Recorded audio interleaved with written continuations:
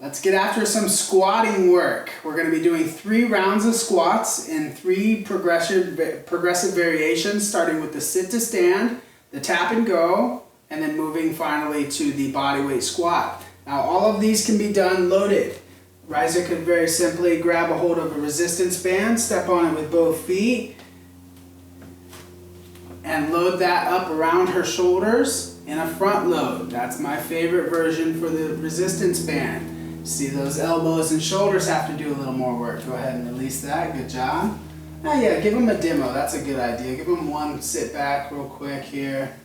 There's more of a body weight squat, tap and go, just like that with the resistance band. Likewise, she could use this. Go ahead and do a sit to stand with this one. And she could use a dead weight or a dumbbell, a kettlebell, and she can sit all the way back into the very first progressive version, the sit to stand.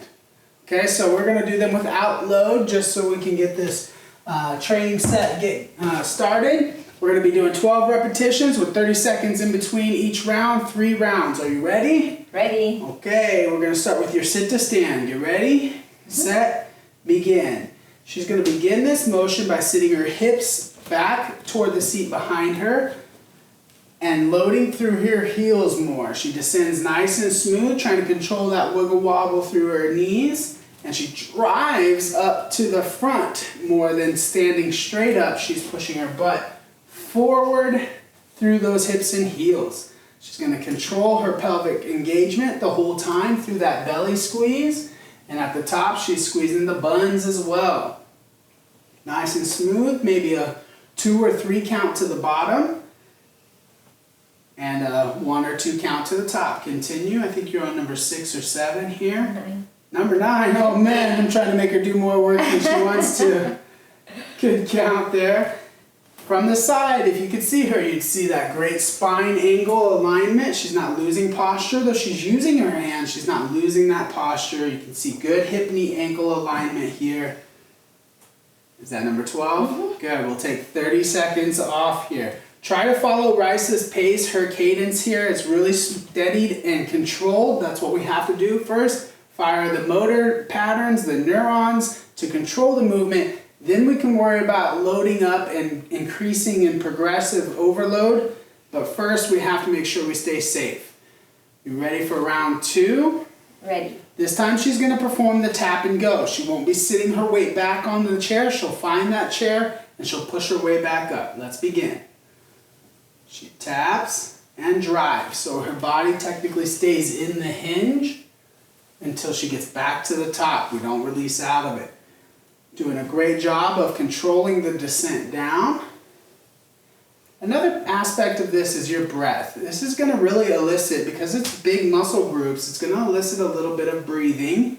So if you need to really work hard for this, you can inhale as you get to the top, brace your breath, squat, and then exhale to the top.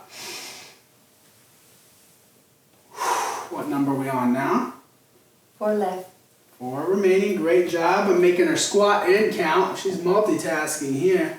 She's got great shoulder blade posture. I know you can see good alignment, hip, knee, ankle. And her booty's coming back to the back and driving forward to the front. She's got a good counterbalance movement with the arms in this one. You can see how those arms come up as she goes back. Great job. And we'll rest again, another 30 seconds. We'll move on to the final round, which for Risa, if you're, and anyone that's able to, we're going to have you do the body weight squat, which means you just imagine that the chair's still there.